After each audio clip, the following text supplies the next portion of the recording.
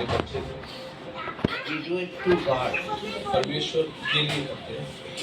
We believe that life comes from God.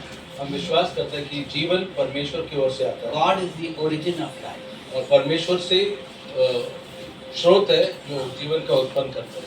So when God gives us a child as a gift, तो परमेश्वर हमको बच्चा एक तोहफा के तौर पे देते हैं। we are only stewards of managers of God's gift to us. हम सिर्फ भंडारी है, उस बच्चे को संभालना हमारा फर्ज बनता है। We say it is our child, हम बोलते हैं कि हमारा बच्चा है, but actually it is God who gave it to us.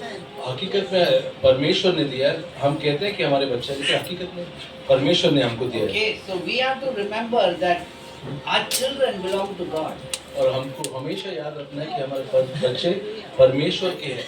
So to honor God for His gift that He gave us, तो परमेश्वर का आदर करते हुए जो हमको दान दिया है, we bring the child to the house of the Lord, तो उस बच्चे को हम परमेश्वर के भवन में लाते हैं and we pray over the child.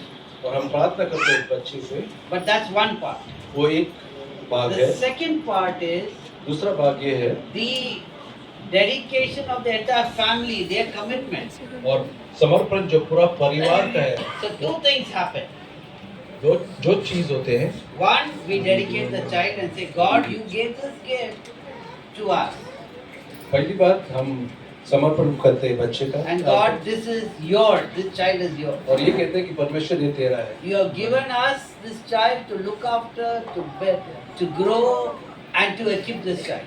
और आपने हमको दिया है इस बच्चे को संभालने के लिए, देखभाल करने, बड़ा करने के लिए।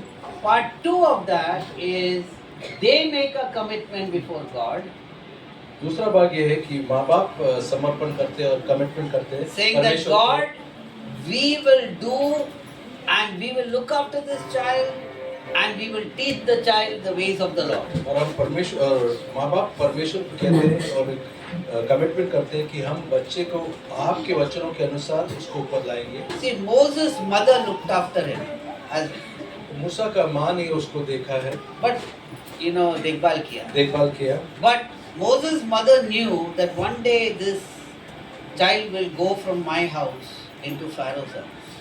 मूसा का माँ को पता था कि एक दिन मूसा फ़ारो के घर में जाएगा।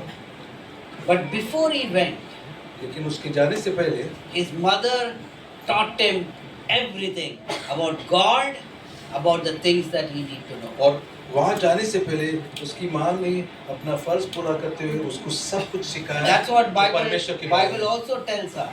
और परमेश्वर का वचन ये हमसे कहता है, Train up the child in the way he should go, and when he grows of age, he will not depart from it. परमेश्वर का वचन ऐसे कहता है कि हम बच्चे को छोटेपन में उसको शिक्षण दें ताकि जब बड़े हो वो उस मार्ग से हटेगा So नहीं। while we are there in our home, तो जब तक वो हमारे घर में है, it's not only to give them food, वो सिर्फ खाना खिलाना के not लिए, only give education, शिक्षण देने के लिए नहीं, but also to teach them God's ways. लेकिन एक बड़ा फर्ज ये है कि हम उसको परमेश्वर के वचन के अनुसार सिखाएं।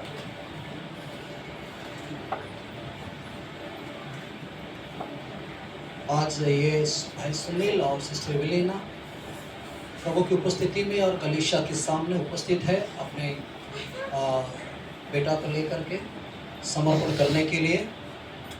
हम इस परमेश्वर की उपस्थिति में ये जो माता पिता को कुछ बातें रखना चाहते हैं, तो मैं पूछूंगा इनको कि बच्चे को समर्पण करने से पहले, जैसे पास्टर ने कहा कि ये बच्चा जो है अभी छोटा है, उसको मालूम नहीं रहता है, वो अवध है, लेकिन माता पिता का समर्पण है। आमीन। तो ये माँ बाप का समर्पण है। इसीलिए हम कलीसिया के ऊपर, क्या आप अपने जीवन के द्वारा